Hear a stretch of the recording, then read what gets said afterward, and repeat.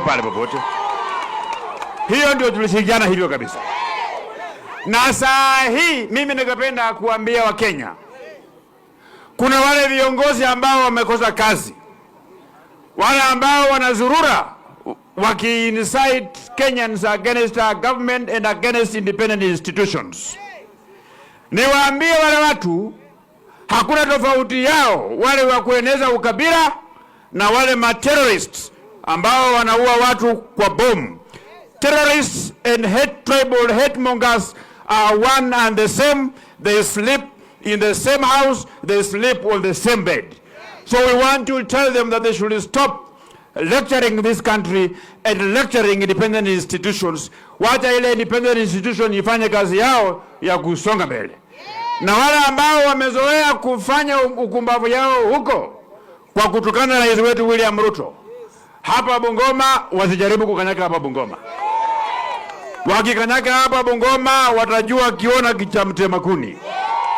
Wakikanyaka hapa Bungoma watajua kilichomtoa Kanga Manyola. Wakikanyaka hapa watajua chenye kilifanya Rigathi Gachagua akaondoka mbio mbio kwa ofisi ya naibu ya rais kama mtu ambaye alikuwa amekosa hekima ya kupeleka watu mbele.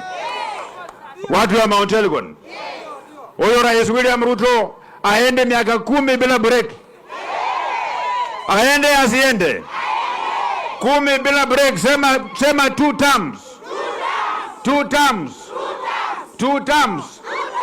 Na wale ambao wanakasirika na William Ruto akiendesha mambo ya maendeleo katika Kenya yetu hii, wale ambao wanaona umeheme wakati we are empowering our young people and our women in our country, shauri yao.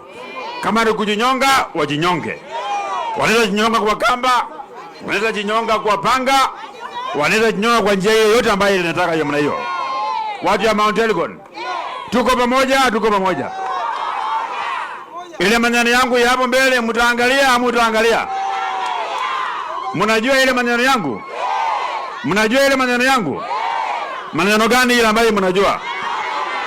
Mkiona mimi natosha ama sitoshi? Natosha? Mtasimama na mimi? Nione wale kusema mimi natosha, natosha, natosha, natosha. Alafu vile mnaona kwa sababu nyinyi ndio wadosi. Mimi ninataka tukitoka hapa tukue tumepata idhini ya watu wa Mlima Elgon. Tushikilie huyu William Ruto kabisa ama tuachane na yeye? Tushikilie. Wale wa kusema tushikilie ndio kwa mkono, kwa mkono, kwa mkono. Alafu wale vijana wetu wa hapa